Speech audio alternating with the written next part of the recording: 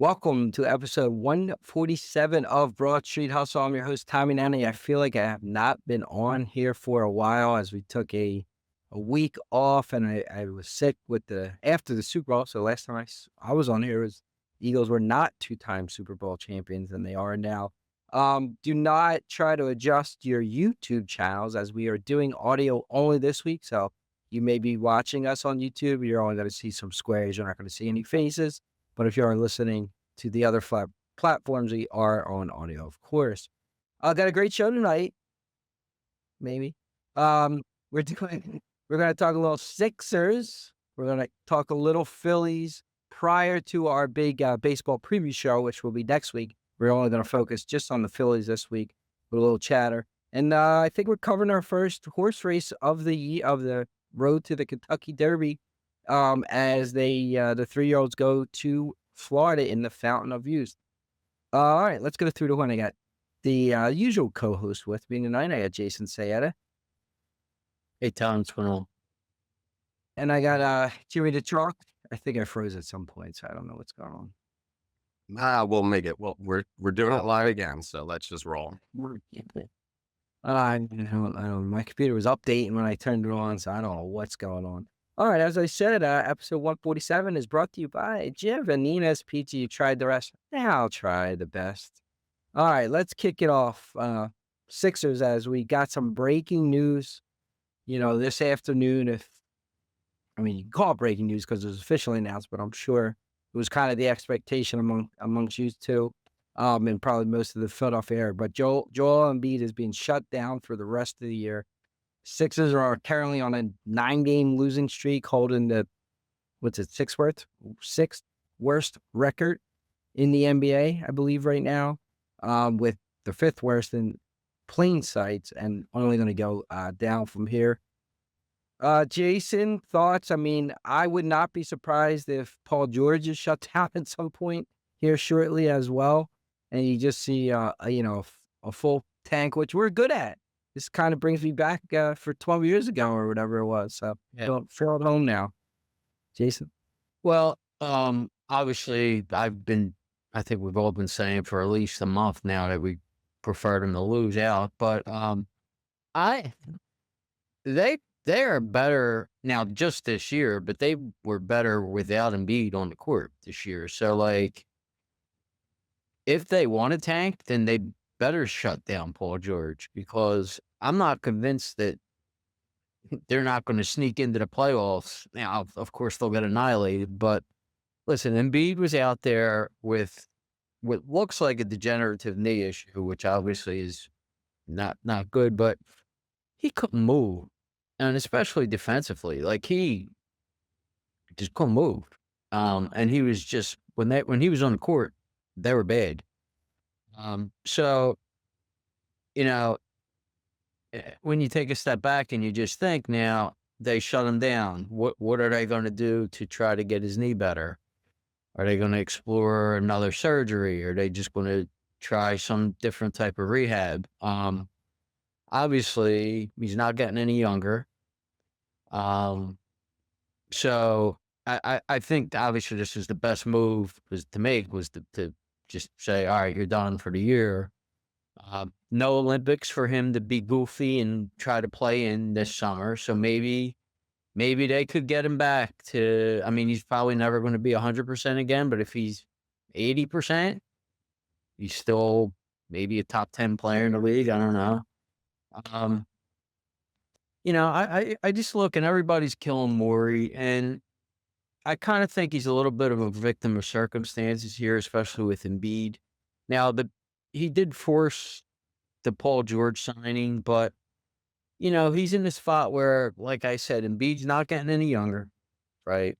So he had Tobias Harris come off the books, and he had a bullet to go out there and add something, and maybe take a run for the title if Embiid was healthy enough to play. So again, 4 years, $212 million does not look good right now. It's bad. It looks bad on Morey.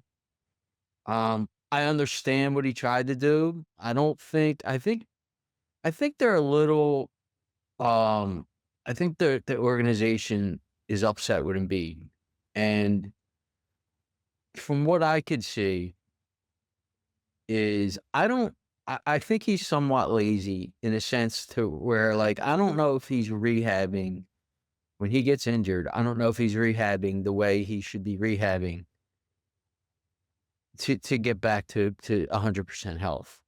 Um, and I think that's an issue. I think that's a big issue. I don't know if it's ever going to change, but you could tell in those news conferences in the beginning of the year when they, Nurse was sitting up there and he's kind of like saying, I don't know what to tell you guys. Like, I think he was caught off guard with Embiid's health. I didn't think the organization expected him to come into the year and saying that my knee hurts. So bottom line is they need the tank. They need to get a top 6 pick or their pick conveys over to Oklahoma City, which would be an absolute disaster. So my recommendation would be come up with some kind of injury for Paul George and then tank away.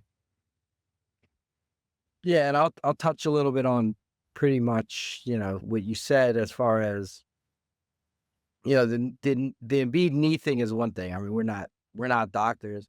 And it doesn't even seem like the doctors know at this point. One doctor said if he plays more, it's better because the swelling won't be as bad. They recommended some kind of hip surgery to change the way his gait is completely like his knee touches the floor or his feet touch the floor. Surgery they're saying isn't going to do much. The meniscus replacement he can't do. I mean, I hope so. Like that's one thing. I have no idea. I mean, it's no longer like an injury that he needs to rehab. It's degenerative at this point. So, you hope he can get back to 80%. Who knows if that could ever happen. And look, I blame this entire from the process, when you want to start it, whatever, to today on Embiid and solely on Embiid. Every GM tried to build a championship team around Embiid. Players they got were to help Embiid. And I don't think Embiid's ever going to be, at this point it's easy to say, or would have been that guy. And you can call it lazy, you can call it his attitude. We've been on this podcast calling him a baby at times, but he is. The way he plays, the way he carries himself. Look, at one point he was the best offensive player and the best defensive player in the league. And they still they didn't get past the second round. It's the way, it's just his attitude. And for sure, his rehab. You look at guys like Tom Brady got hurt, Jerry Rice in his career. I'm naming elite guys. The one thing everybody said is their work ethic. They've done more. Guys get injured all the time. And, you see them just like Brandon Graham comes back from torn triceps to play and Embiid came every year. He came back to camp out of shape. So like these rehabs clearly weren't to what they should, what a professional athlete that's his size needed to do. So you can blame the knee injuries on him as well. Now, there's luck involved. I mean, he broke his face. Even last year with the guy fell on his knee when he was having a great season. So there's luck. But I can't look past Embiid on like for the entire debacle that is the Sixers today. What was Morey going to do? Like you said, he had that one bullet. They sign Embiid because they tell Embiid, look, we need you to go out and recruit somebody to pay. Well, they had to give him a new contract to make it more lucrative for a Paul George to want to come. I mean, let's be honest, like Paul George stinks right now, but we all wanted, like we needed him to come here and he didn't have to pick the Sixers. So they did all these things for Embiid to get it. And it clearly didn't work out. Now, it always falls back on Morey. Could he did this? And if Beaker was on, he would have made up some cockamamie trade that he could have did that never would have happened that this guy did. But I just think you built your team around Embiid. Embiid controlled the narrative, the messaging around his injuries since he's been in the league. He doesn't want this out. He doesn't want that out. So I can't say much more. And I would be shocked if he comes back 80%. I'm hoping he never comes back, and in a calendar year and all that, they could put him on a retirement, medical retirement, and get the money and pay him and lose the cap space in 2 years, and hopefully who knows, maybe get Cooper Flag if luck's on our side. Chalky?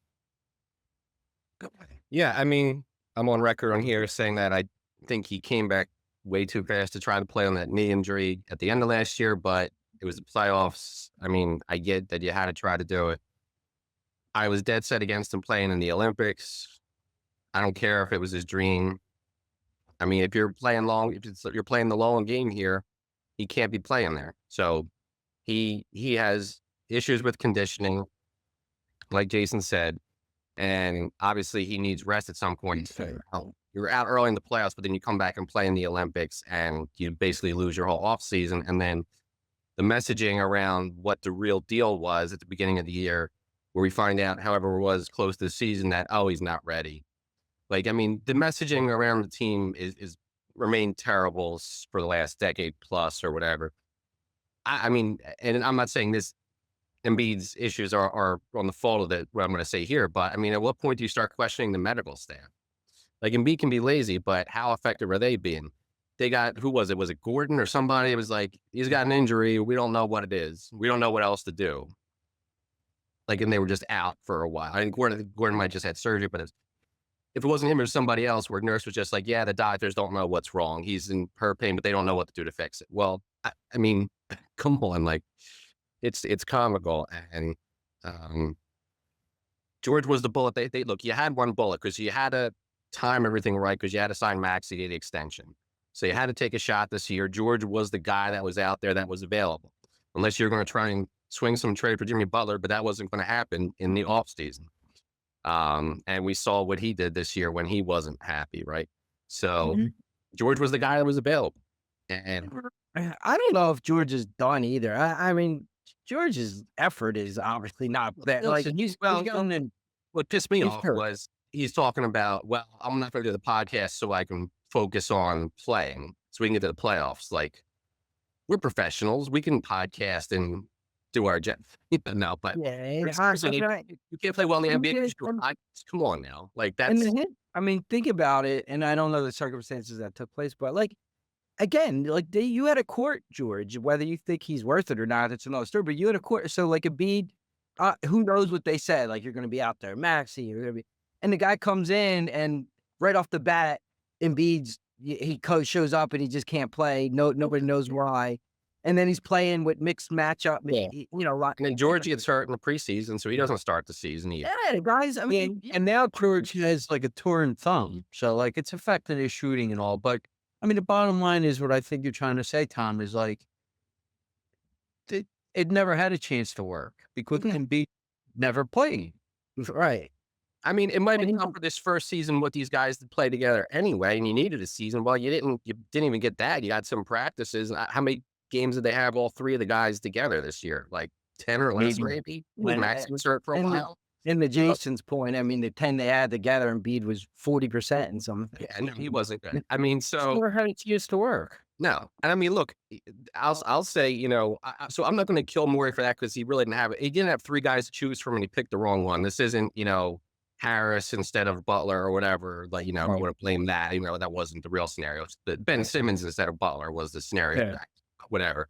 I mean, for me, Morey had some hits. Look, McCain, until he got hurt, looked like he was going to be a player. Yabusele was a great signing. And some of these other guys are good 8, 9, 10 guys off the bench that are getting starter minutes now because you have to.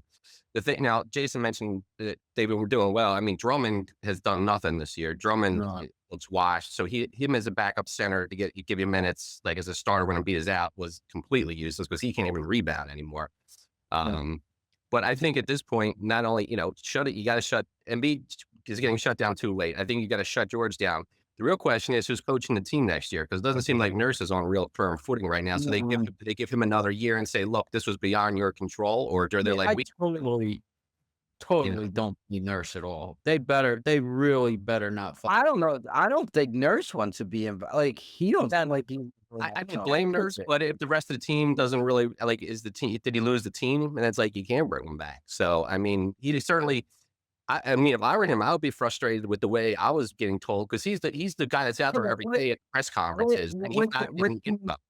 What team did he lose? I mean, Oubre's actually playing pretty well. So he's a guy that I'm not saying he has, but if that's No, but what I'm saying is, who's the guy? Like you said, Yabusele's playing well. Oubre, Maxey took a step back, but it's a disaster. But like, it's not like the guys that matter aren't like I mean, I also like don't know who you go after if you fire Nurse, because I mean, there's nobody sitting at home right now that I can think off the top of my head that I'd be like, well, I would like to see them come in. I guess you got to see what happens in the offseason. So And the I thing wouldn't. with Max is like he's there. He's not a number one. yeah, He's just not. it's He's a Bruno. very, very good player, but he's not a number one player, and that's what they're asking him to do now. Yeah, At and best, he's the guy he's that a 1A to a 1 player. He can't be you can't be your top dog on the team because he can't carry the team like and really he's the didn't. guy that's Especially been when he's questionable. 28. He's been questionable a lot too, if you look at like his status every game. So, you start getting these questionable statuses, he might not play going forward in a lot of games as well, to ensure that. I mean, listen, they don't have Jason was saying about the pick. I mean, they're a couple games back of the 5th worst, but there's a gap after that. So Yeah, they lose a lot of these games. They don't have a lot of room to be able to have the odds of top 6 to get into the top 6. I mean, if you get flagged, great. Then you don't have to worry about it. probably your best outside chance, right? Outside of 4, like, Yeah, I mean, you should be doing everything you can not to get into the play-in for sure. yeah, oh yeah, that's. But you're not going to. You'd have to. You got to make up a 5-game difference to get up to. If you're in the play and don't make it and lose, you're in the lottery. Obviously, Yeah, you're still lottery, but your Probably odds are going to be much worse. You got that no man's land where you don't make the play in, but then you don't get the 6 picks, and now you fall under there. That's really bad. If you want to go conspiracy theory, Adam Silver stepped in to facilitate the Sixers arena staying in South Philly. Flag is coming out. Maybe the reward for saying, look, don't build your own thing. Come back here and do this. Where, We'll see. I mean, whole thinking, but that would be nice.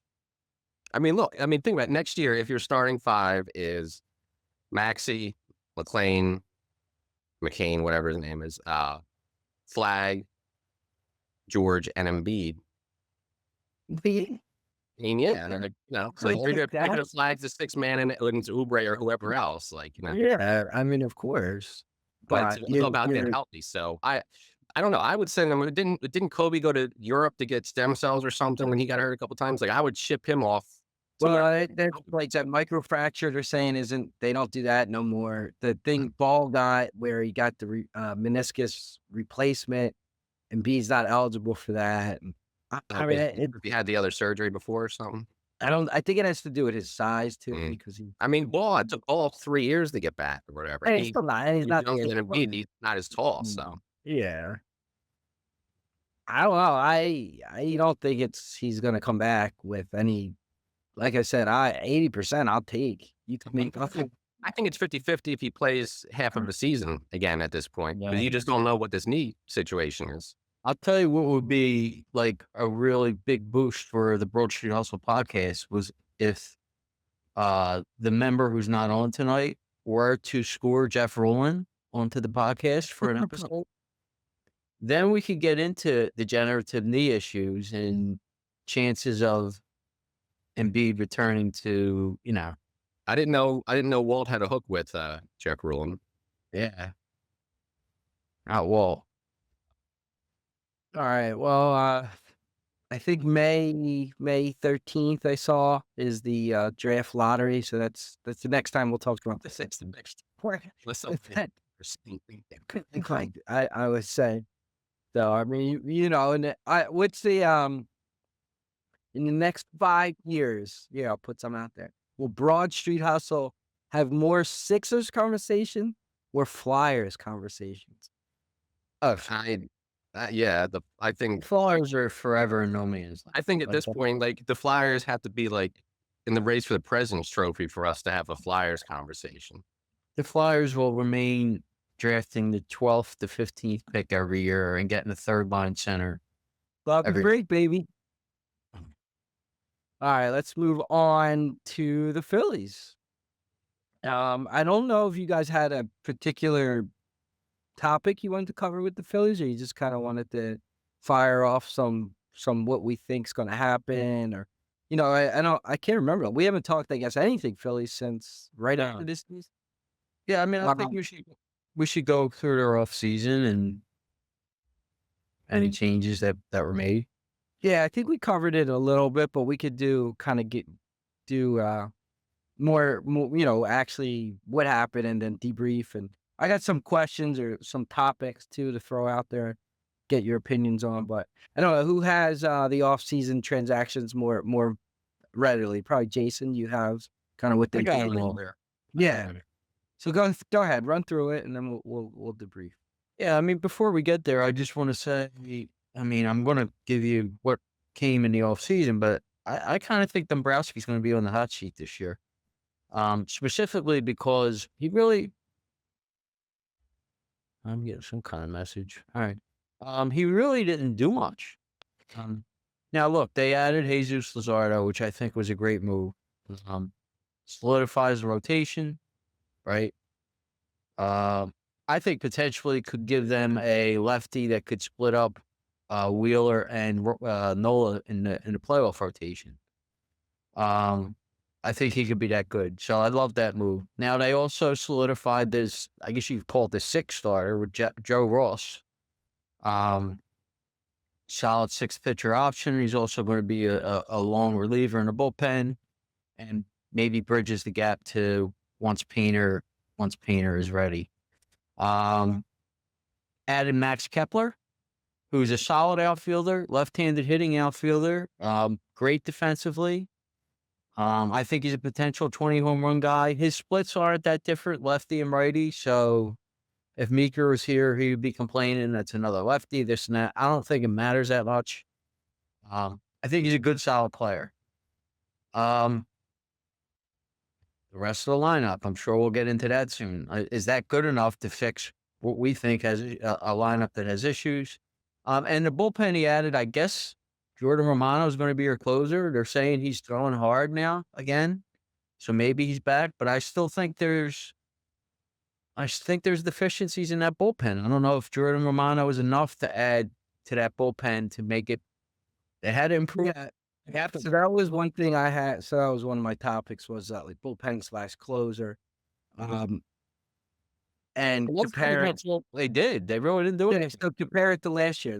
Who left? Hoffman, right? You lost Hoffman. Hoffman left, and obviously your closers. So the big guy, I forget his name right now, but Carlos Estevez. Right. So basically you lost two really good right-handed pitchers, and you added Romano. Well, the question is, you got to replace the innings Hoffman gave you last year, but he was not so good at the end of the year. It turns out he was like red listed medically by a couple teams, so keeping him might not have been he might not be the player he was, but you didn't feel that. No. But you still lost to forget. Yeah, he's gone. No. I mean, you can't take away his regular season, right? I mean, we could talk about playoffs all you want. We know what happened in the playoffs, but I mean, baseball is measured by regular season too, because you're playing 162 games. Yeah, I'm just saying you might not get a regular season out of him ever again if all these teams didn't want to touch him after his best year. No, but forget Hoffman. Forget. Don't say his name. Just say that play. His stats. Yeah, you need to replace those stats, and they didn't. Well, I think what they're hoping is that Kirkring is going to replace Hoffman's innings. Yeah. Right. So he takes a step forward. I mean, Alvarado's another year. I mean, well, they're saying, listen, I can't believe he's back, but they're saying he threw 101 the other day. I don't know if it was anywhere near the plate. It was 10 feet over the backstop. Right. He threw it. But he threw 101. So, you know how relievers go. You know, they might have, especially him, he's known to have two great years and then one horrific year. So maybe he's back again. Maybe they're counting on that. And do they have any young arms in the bullpen? Do they have, or one of those starters that they brought up who's going to be in the bullpen? No, I mean, I have the bullpen here. So now, your bullpen is Romano's going to be your closer. Kirkery, probably your setup guy. Alvarado and Strom. Ruiz, that guy's back. Banks, the guy they got at the end of last year, the lefty, and then Joe Ross. No, well, you're missing the submariner, the Japanese pitcher. Oh, that's true. Yeah. I mean, I mean, you know, he's interesting, but you know, I assume he's going to. He pitched today, but I didn't catch it. they took a flyer on. Yeah, I only saw Luzardo's stats. Let's see if I can find his. But I mean, some people thought he looked all right. He would look good, like, but when they were just pitchers and catchers around, I haven't seen his like in-game stats to this point, really. But I mean, that could be a sneaky, you know, if he's a decent 6th or 7th inning guy, that's a low risk, high reward type move. That's So, true. Now, let's foreshadow a little bit. And you guys keep a close eye, especially on the National League. Is there somebody out there that the Phillies can get either now, which is probably unlikely, or closer to the trade deadline that is realistic through, Well, you know, and you don't got to give who they got to give up, but like that they could potentially get that would improve the bullpen. so no more moves are going to be made, right? This is going to be your Yeah. team going into the Right. season. And at the trade deadline, you always have these teams that are bad, your Marlins and stuff like that, that are going to have a decent arm that's going to be available. So maybe you're counting on that. I don't have a name. I don't know if Jimmy Yeah. does. I don't have a name. no, I don't have any names, or I don't know who's a pending like free agent or whatever. Let's see. So Ayagi went 2/3 of an inning, 2 hits, 2 walks, 2 strikeouts, 1 earned run. So his current ERA is 13.50. So not the best so far, but he could be kind of. I don't know if they'd send him to AAA or not, but yeah. I mean, I think in terms of relievers, I mean, whenever Painter gets up, you're going to look to move somebody maybe to the bullpen, which would be Ross. Like Ross is going to flip in and out, but you know, I guess are they just going to cut Walker? I mean, or you know, Yeah, I heard Thompson saying he looked really good the other day. And I don't like, know if that's they're just ridiculous, but Yeah. saying that to make him somebody All want. right.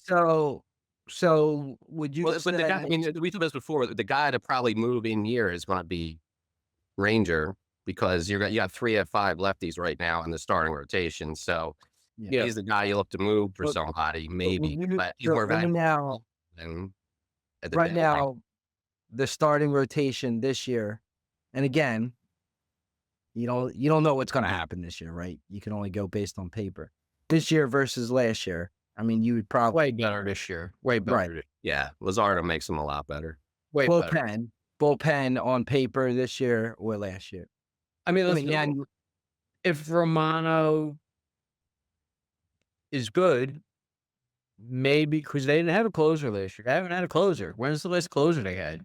You guys tell me. I don't know.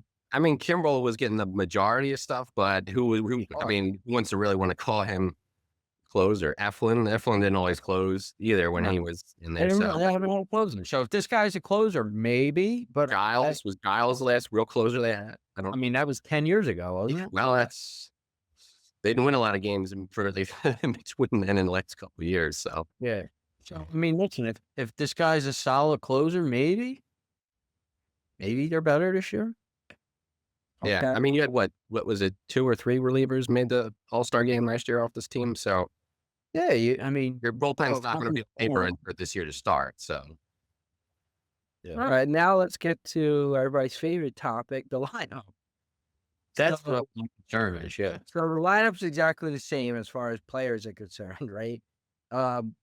Except for Kepler. Kepler, Okay, yeah, Kepler. And, Stott, now they're saying he was injured, so you're maybe thinking that. But, is it a thing? I know in spring training they've been tweaking with the lineup as far as the order. Do you think you're going to see a different type of batting order as far as obviously Schwarber leading off and where Harper bats? Or do you think this is just preseason, spring training, and then when the game 1 starts, Schwarber's going to be in the first spot, Turner, Harper, blah, blah, blah, so on and so on. Yeah, Chalky. I mean, I've heard stuff, but I'll let you go. yeah. I mean, I haven't heard as much. I mean, obviously the talk of Schwarber moving around has been going on. I think I think opening day, they go with basically what they had last year. And if they get off to a slow start, you may see some shifting around just to see if it gets something going. Turner's not going to have a full camp, so I don't know about him moving into lead off right off the bat like they were talking about. Yeah, I think that's going to happen. I think he's your leadoff hitter this year. Now, From maybe. what I've heard, he's leading off. Now, the lineup here's what I would do with the lineup. Now, I don't know. I think they might want to go a different route, but I would lead off Turner, Harper second, Bohm, Schwarber, Castellanos, JT, Kepler, and then the center field mess. So, like, that's lefty Right. righty. I heard that they might want Schwarber second and Harper third. So now I don't know what you do fourth, fifth with Bohm.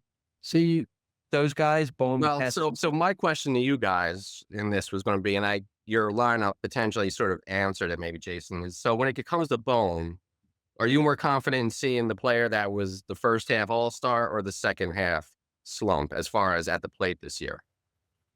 First, I think. I still think Bohm's a good player. Yeah, I probably tend to think you're going to see a in between those. I don't think he's going to be the all-star player, but I still think Bohm's a 280, 20 home run. yeah, he's not as Then bad. You could slot him anywhere from 3 to 5. So for Jason with that lineup, obviously they want Schwarber second because he sees a lot of pitches. He's going to get on base, so it gives Harper the potential to have a Turner. It has a Schwarber, etc.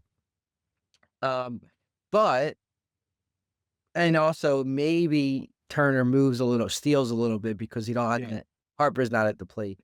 But you lose the protection on Harper. So now Harper might have guys on base, but who's batting behind him?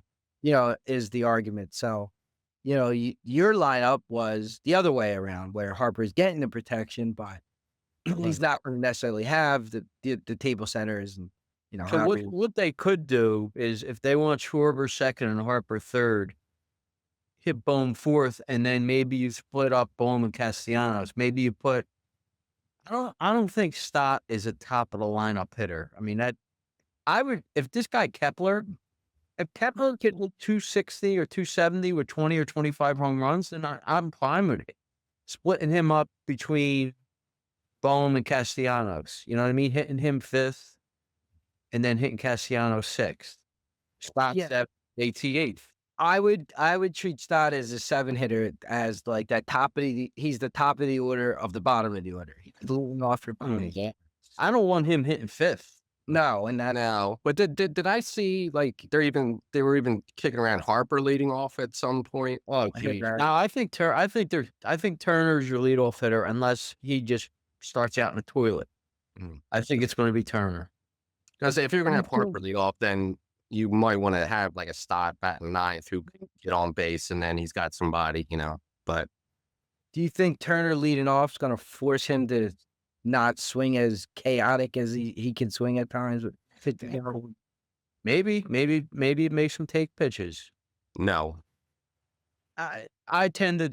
I say no. Oh, he's right, but maybe. I mean, who knows? I mean, I don't know. Listen, I think he is who he is at this point. I don't know that you're going to. I mean, you could get a little bit of improvement, but I'm gonna go out on a limb and say, and I'm gonna probably look stupid in 3 months, but I think Turner's gonna have a big year this year. I think he's gonna turn it around.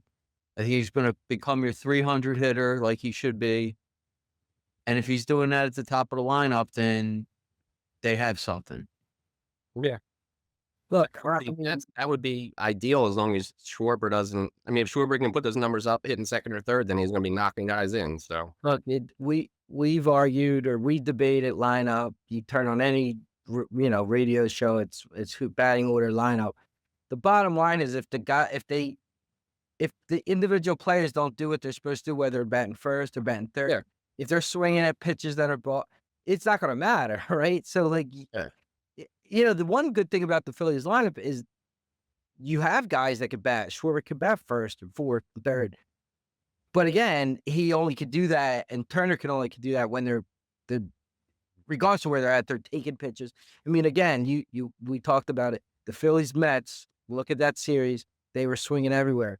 the Mets play the Dodgers. All of a sudden, the Dodgers have plate discipline, and you saw how quickly, how easily they beat the Mets. I mean, they need to have better at bats, and I don't know if it's that it could change at this point, but I know. I mean, I'm not an anti-Topper guy, but like this whole thing with him making comments about JT, like, yeah, it's gonna be hard to try to get him not to play 130 games this year. Like, I don't get like Turner. Oh, we can't not have Turner back play shortstop.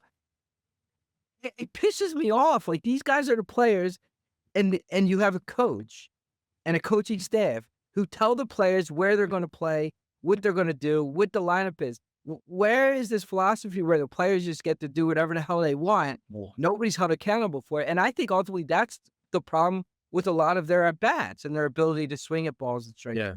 And If you don't have the discipline, if there's no discipline in the coaching staff, how are you going to get guys to be more disciplined at the plate or whatever aspect of the game you want to talk about? And the JT thing pisses me off more than anything because Jason, you were the biggest probably component of he needs to play less games. You got to get a better backup catcher. Yeah. But the comments and maybe it's just the comments, but the comments Topper says he's still playing 130 games. That would be a They mistake. better not. They better not.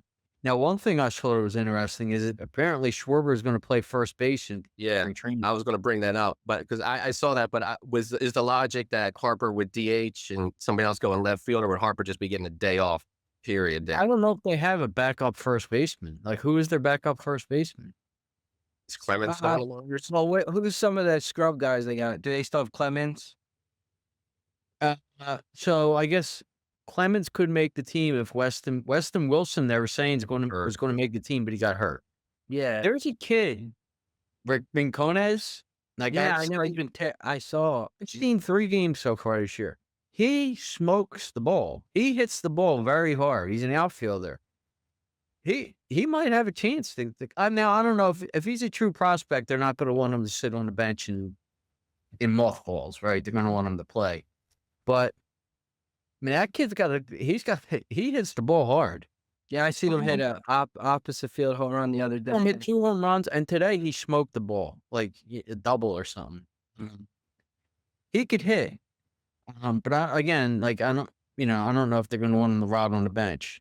So the backup catcher, is it going to be Marchand? Is that? I mean, I know he's hurt all the time, so that's going to hurt him. It better be. I don't want to see Stubbs because if it's Stubbs, then JT is playing 130 games again. Yeah. If it's Marchand, maybe JT plays 120 games. Yeah, and then these rookies, Jason, you alluded to Painter, Crawford, Miller. I mean, obviously they're not starting the season, but do we see these guys at any point? To me, I think Crawford is fallen in the prospect rank. Like he's nowhere near the top 5 anymore, I don't think. So I don't know about him. I don't know what his story is. Miller's only 20, so I don't see him making an impact at all this year. Painter, I think by the second half of the year, I think Painter's going to be pitching. I don't know how much he's going to pitch, but you're going to see him. They have some arms, some young arms. So to your point, Tom, maybe one of them becomes a reliever this year. Guy named Chase, I think it is CHACE or something like that. He's like ranked third in their prospect list now. So maybe at some point he comes up. I don't know, and then this Rincones guy, I haven't heard of him since this year, but the kid could hit. Now he's been hurt the last couple of years, it looks like. So Who's that, Rincones? Yeah. So he hasn't played that because he just made the Double-A last year. Right. So I'm looking at the athletic rankings real quick. So Crawford is still 3rd. Rincones is currently 12th. Yeah, see, I've seen other rankings where Crawford's nowhere it's like, do you see that guy CHACE anywhere? He's a pitcher. Yeah, I got to go back up. He went past him. Moises Chase. Yeah. Yeah. They got him in the Soto deal from the Orioles last year, right? After the trade, he threw well, high in Double-A, 4 starts at higher level. Phillies might have just found another starter prospect, so it sounds like they're looking at him as a long term, maybe a starter. But Yeah. yeah, But I saw him ranked third when I was he's seventh. He's seventh on the athletic list. So the top five are uh, Painter, Miller, Crawford, Tate, and Escobar. Yeah. And then bench, we talked about the catcher. They still got that one scrub that people Well, like. Sosa. That's the scrub that people like. Yeah. Sosa. You got the Rojas, Marsh, Mess, and Rojas, Mars. in the bench. And then the final spot. So Wilson is Supposedly he's going to be Weston Wilson, but now he's hurt. He's out like 6 weeks. So does that become Clemens? Does that become Marcones? right. I don't know how many positions Marcones could play. Clemens obviously could play all over the field. So It says Rincones is a platoon outfielder who can play either corner, smokes right-handed pitching, improved as the season went on, with even spending a stint on the injured list. Improved contact, can't hit has never been able to hit lefties to this point. That's gonna hurt. He could play left or right, it seems like. So to me, I mean, Clemens is probably more valuable because he could play first base, he could play third base, he could throw him in left field. I mean, he can give you at bats against lefties too. He's not. Hey, he comes up with a clutch hit here and there. I don't have any problem with Clemens. Okay. And then lastly, one thing I jotted was the challenge, the balls and strike challenges. Have you watched? Have you seen it? I mean, it seems pretty seamless, right? It's not, doesn't interrupt. It's basically the batter challenges the pitch. They go up and you see the pitch, and then like within 10 seconds, you Very quick, yeah. Yeah. Now, does that have a chance to start the season, or is that for following? Yeah. That's just test year.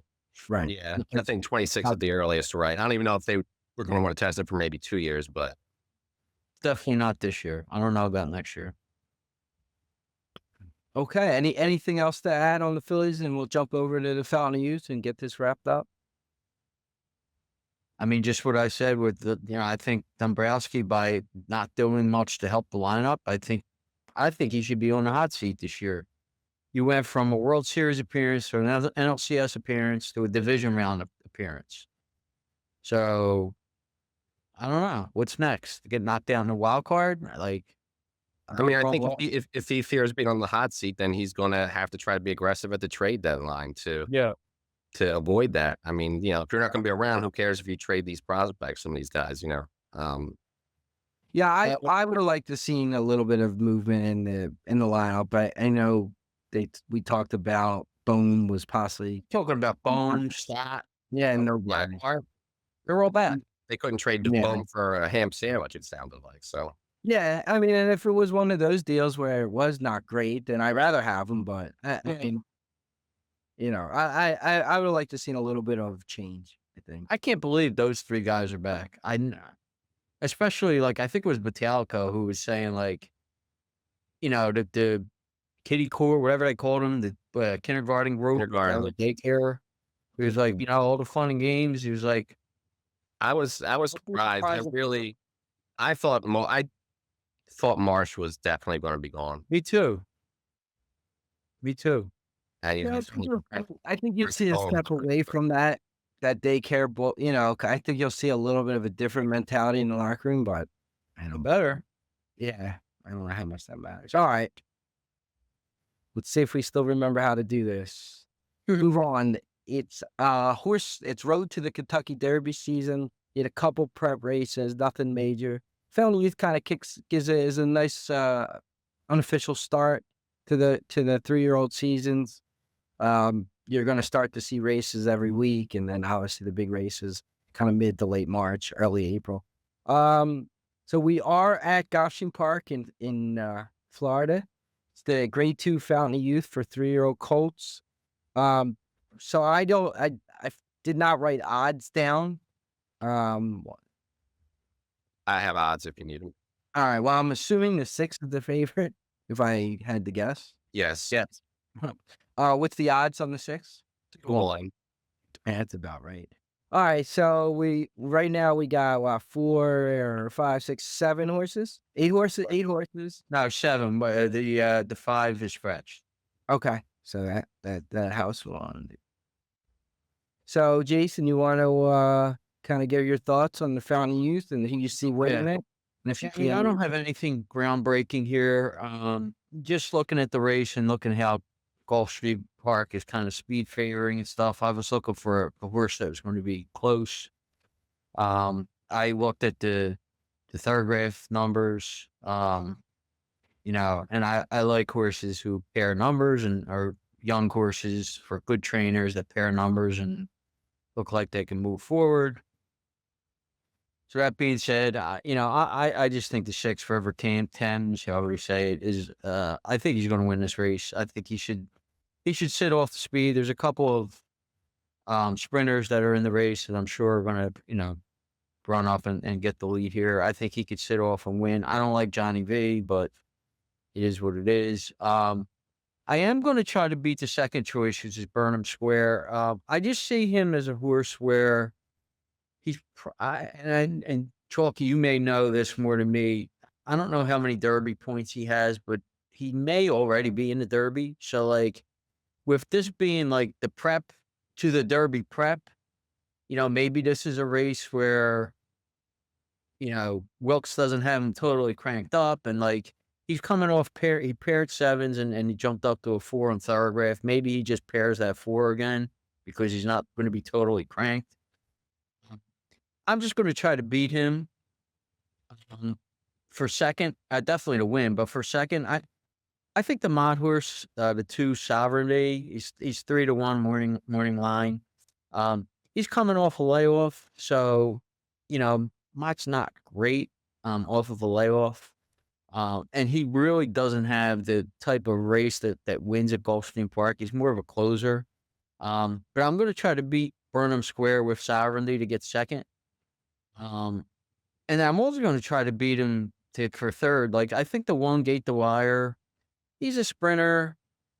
He's a closing sprinter, which I don't really like. But his only dirt race, even though it was 7 furlongs, I mean, he did run really well. He kind of jumped up in his numbers. So Dylan Davis is just, I think he's become one of the best jockeys in the country now. So if you ask me for a straight trifecta, I would give you 6 River Thames over Sovereignty to 2 over the 1 Gate the Wire, and I would try to beat Burnham Square off of the board.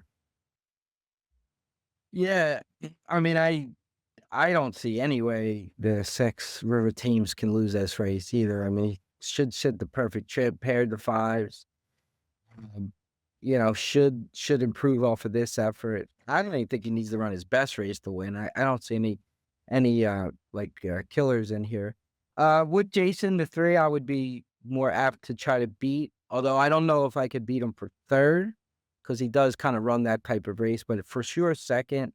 Sovereignty is a horse that's logical 3-1. I mean, nothing insanely clever there. I would mix that in, but I think the 7 is got to be as a player in Safi's horse with Irad. He's gonna, you look at the other speed in the race, and I don't see the 8. Like Lannery doesn't just send horses; it's Roman. So I think the 7 gets the jump. So I think you're gonna have the 7, and I mean, who could you argue is going to be on the lead with the 7? I mean, the 1's coming out of a sprint. Could it be him? Could. I mean, but the 7, I think, is faster out of a sprint. But yeah, it could. I mean, River Thames is not going to be far, but I don't see Johnny V trying to send. So I don't know. It's one of those races that I see. It's Safi, it's Irad. I can see the sprinter stretching out, or maybe getting a little bit of a lead, and River Teams have to run them down. So I would say the 7 is my exact. I'm gonna go 6, 7. I don't know what's the 7's odds, Jimmy. 10-1. 10-1. Oh, I would really like that, then. I'm assuming the odds are just because. I mean, I know the numbers aren't terrific, but it's coming out of restricted races, stakes, and stuff. So, state bred races. So obviously that's going to play a factor. But I would go 6, 7. I just don't see any way the 6 is going to lose this race unless it's just like one of those Pletcher duds that's fired out there. But I see no way. Chocolate. So I'm going to go a little different. But to what Jason said, Burnham Square is not in for sure yet. He's sitting ninth, tied with about 4 horses there with 20 How many points. points do you have? What's he up? He's got 20. So, I mean, he needs to get points in one of these next 2 races to be in. If he gets a second in one of the next ones, he'll probably be in, but he can't be off the board 2 horses. So it's certainly possible he's not fully cranked here in preparation for the Florida Derby. But I'm going to go with Burnham Square on top. Not so much that River Thames can't do it, but looking at the breeding, McLean's Music was this 1 race sprinter. I don't know. He's run, his eyeballs out at a 1-turn mile, but he's going 2 turns for the first time. I would like to see a little bit better price than the 5-2, hopefully see that drop a little bit if money comes in on the 6, but I'll go Burnham Square on top. I also have Sovereignty, Motsworth second. He is right now out of the top 20, so he might need 2/3 or 2 seconds to get in if he's not going to have to win any of these upcoming races. I mean, that's Godolphin so much trying to get that horse in the Derby. And for third, not wanting to go the chalk route, I did have the 7 for the reasons Tommy mentioned. It's Irad at Safi. Horse is not likely to win it all, but maybe he can hang around for a piece. I mean, I think it's going to be very difficult for the 6 not to be on the board, let alone win, but just trying to get a little bit of a price in here and see if that breeding maybe doesn't hold up. Not that there isn't any really horse in here that has impeccable breeding though, so I don't know, want to hold that against him, but looking for an angle to take a shot against him, so that's what we're going to go with. Yeah, I mean, the 2's an end to mischief. I mean, maybe, Yeah. In the mischief, but worth a yeah, Bernardini dam something. yeah. The 3, I mean, even if you look at the races too, like the kind of pace, And he's a gelding. yeah, he started in the maiden claim now, it was a high level, but like he was able to run into it in the Holy Bull, like a pretty fast pace there. Now I know he kind of went gate the wire, which is strange in the maiden special weight, but that just tells me that the field was not great, that he was able to do that and then not show the speed in the second race. But I don't know. I'm not big on the 3, to be honest. I think the 2 has off the layoff is more likely to beat River Thames than the 3. But we'll see. I mean, we've done these podcasts many times, especially Gulfstream, and then you get 3 scratches too, and it's like the race is completely who knows? But yeah, that is slated to go off at 5:44 Eastern Standard Time. You listen to something me and Jimmy said. If the 7 sneaks into the picture, you might get a nice payout. You listen to what Jason said. He's giving out straight trifectas. You play that a few times, and that's going to turn into a nice payout. And you hit it, you punch it a few times. So not a overwhelming race, but definitely one you could still make some money playing. All right. Anything else? I think that's it. I think that is it. A little bit of housekeeping next week. We are doing a baseball preview show. We expect to have Meeker for that one. As always, we do the draft, and then we kind of go through divisions. We give, if people have opinions on awards, if prop betting, it's the whole season kind of done in an hour. And then we start golf season. And the players after that, and we'll do the majors, of course, and we have maybe a trivia in the future. Not sure yet, but we will keep you posted as we go. But next week for sure is the baseball preview show, and that was episode 147 of Broad Street Hustle. Have a great night.